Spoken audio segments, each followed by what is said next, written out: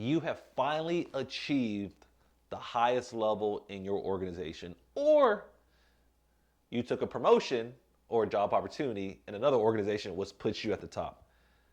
But your thinking has to be different than anybody else's, because now you have oversight of the whole pyramid. You have oversight of everything that's going on.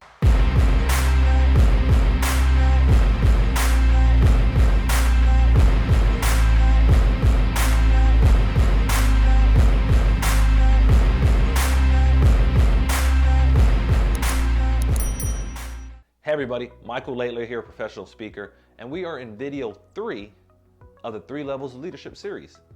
This video will focus on what CEOs, executive level, C-suite leaders can do. Now, that doesn't mean you can't do what we're going to talk about in the other levels of leadership. However, as you rise through the ranks, and more than likely this is going to be the highest you get to, there's not really much more than CEO in any organization. You're going to want to make sure you focus on this particular thing, this particular activity, because it's going to be what's going to grow your career as a leader, and it's going to grow your organization as you build future leaders. Before we jump into it, make sure you hit that like, subscribe, and notification button, and let's jump on in. Come on, let's jump on in.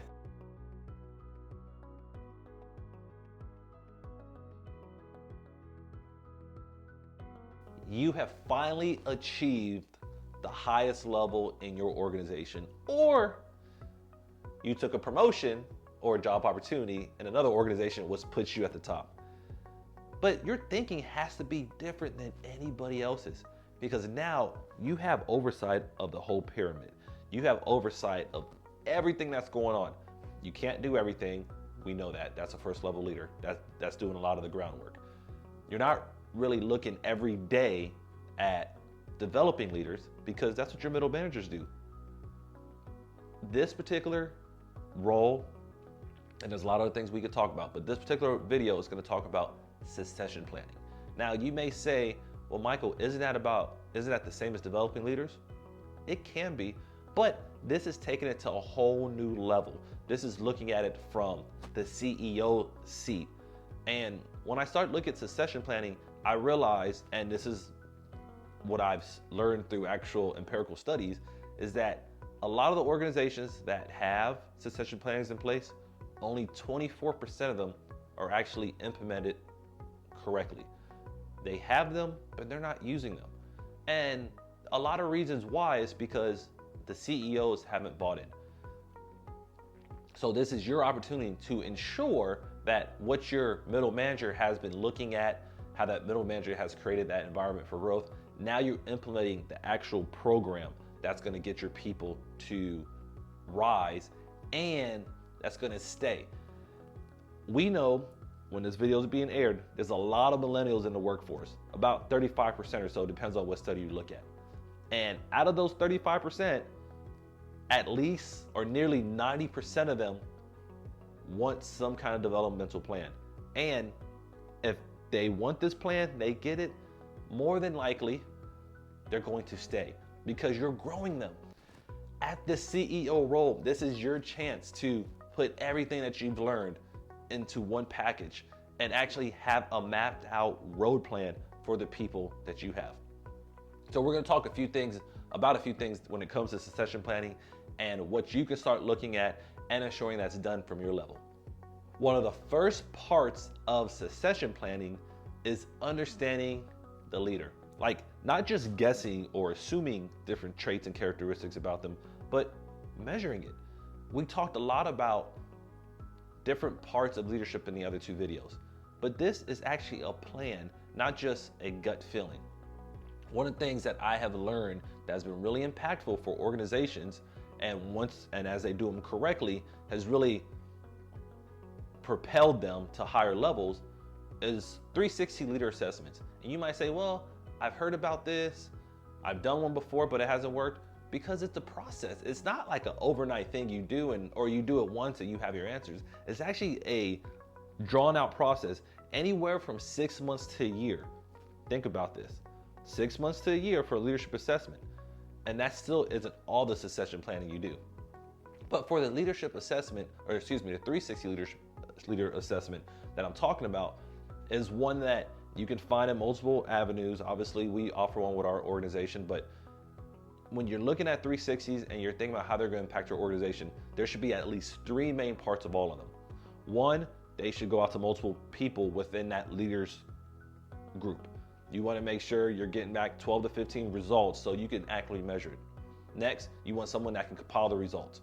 You get all these surveys, these answers back, and you're like, what does they mean? Or what do they mean? Part of the process is having someone compile them and then having somebody interpret them and give it back to that person. That is the basic element of a 360. Once you get that down, you have your results, they make sense, and they're delivered to the leader.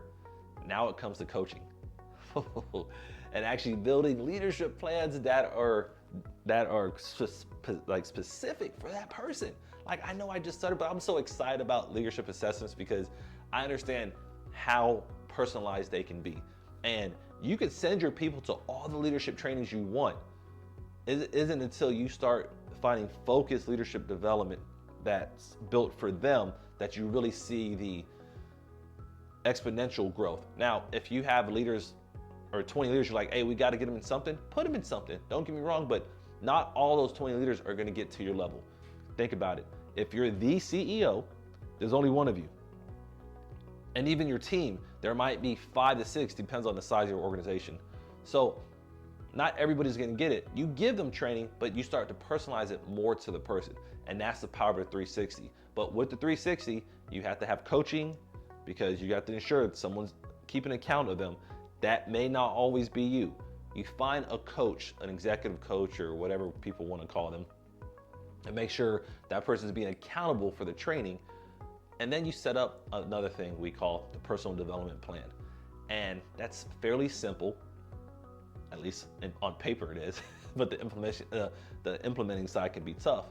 And that involves looking at their core values, setting goals that they can actually achieve, and then having developmental strategies in place to ensure they're hitting those goals. So I know it's very broad what I'm saying right now, but at the highest level of leadership, executive level, C-suite, the CEO, the succession plan is what's going to really help elevate what you're looking at, because it's going to cover individuals that want to grow.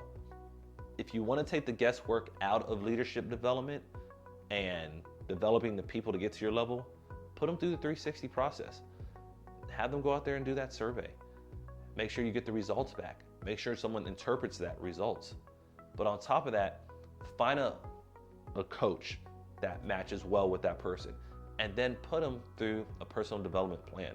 Because what you're going to quickly realize is you're going to spend a lot of money on training, and you got to pay the price, as we mentioned in the other video.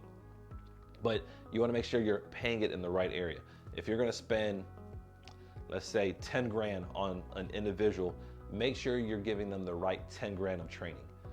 It will pay dividends in one way or the other, but it will pay more dividends when it's what that person needs. I'm just gonna give this quick example. If the person needs help on feedback, they haven't gotten any feedback training or very minimum feedback training in their leadership career, and that's where they can make the most improvements, that will make the most impact, then put them in more feedback training. If you put them in other training like inspiration and motivation, and they're really good at that already, that may not benefit them as much as feedback training. That's the power of the 360. It goes back to the fundamentals and where that person's at right now. Once you do this process of 360 coaching, the personal development plan for about 6 months or a year, reassess them, see if they've grown. Have them send that survey out, that 360, to other people again. Because what you're gonna realize is that you want measurable results, and that 360 is gonna give you measurable results. So when you're looking at your level as a CEO and you're looking at your development, you wanna retain your people, let's start off with an actual succession plan. Let's start off with something that they can use to personalize their growth. Let's look at something that's gonna help elevate them, that makes sense to them, not just to you, but to them as well. And as we build these plans and as we see them grow in this level, you're gonna realize how much more satisfying it is to know that that person is growing in the right direction. Hey everybody, thank you for watching this video. And as we talked about the highest level of leadership and what at least one thing he or she can focus on, think about what you're focused on right now. And there's so many different things that you're being pulled to. But if you're at the point where you can focus on developing the leaders and you're looking at how to effectively build your organization through that process, look at what we talked about. Let's look at succession planning. I know it's tough. It's really tough. But when we talk about retention and growth, that's what people want. They want to know that they're being built to the next level. We want to cultivate and hire and build up the talent we have. It is much cheaper. Let's just take the number that I talked about a few minutes ago. If we say we're gonna spend 10 grand, more than likely to hire somebody in, it's probably gonna cost you 30 grand. That's an average number based on just what we're talking about now. But think about what you can do with another 20 grand. You can build up 3 more leaders. So now you're building your team a lot more. So when you're looking at the highest level of leadership, what you're doing, think about the succession planning you have in place. Also check to see if it's being implemented correctly. It's not an easy process. It's not an easy fix. It takes time. Anywhere the 6 to 12 months to start seeing results. It could be sooner, it can be later, it could be never. But without some kind of plan in place, and you've learned throughout your whole career as a leader, you're never gonna see the growth that you deserve as an organization. Succession planning with 360 leader assessments, with coaching, and with the personal development plan will move your leaders tremendously. I promise you, when I started doing them for myself, and especially individually, I realized how much stuff I was learning at the rate that I needed to learn. And it really built up my confidence as a leader. And now when I bring it to organizations and agencies, especially when they use the 360s and they implement it throughout the whole process, they feel it as well because they know that leader is getting exactly what he or she needs. And it will take effort from both sides, but if you have something in place, it's a lot better than having nothing at all. If you didn't get the chance, make sure you hit that like, subscribe, and maybe even the share button this time around, because we all know that as leaders, we can help each other out. And as we model leadership, it's something that you can bring to everybody. Thank you for your time. Hope you have a great day.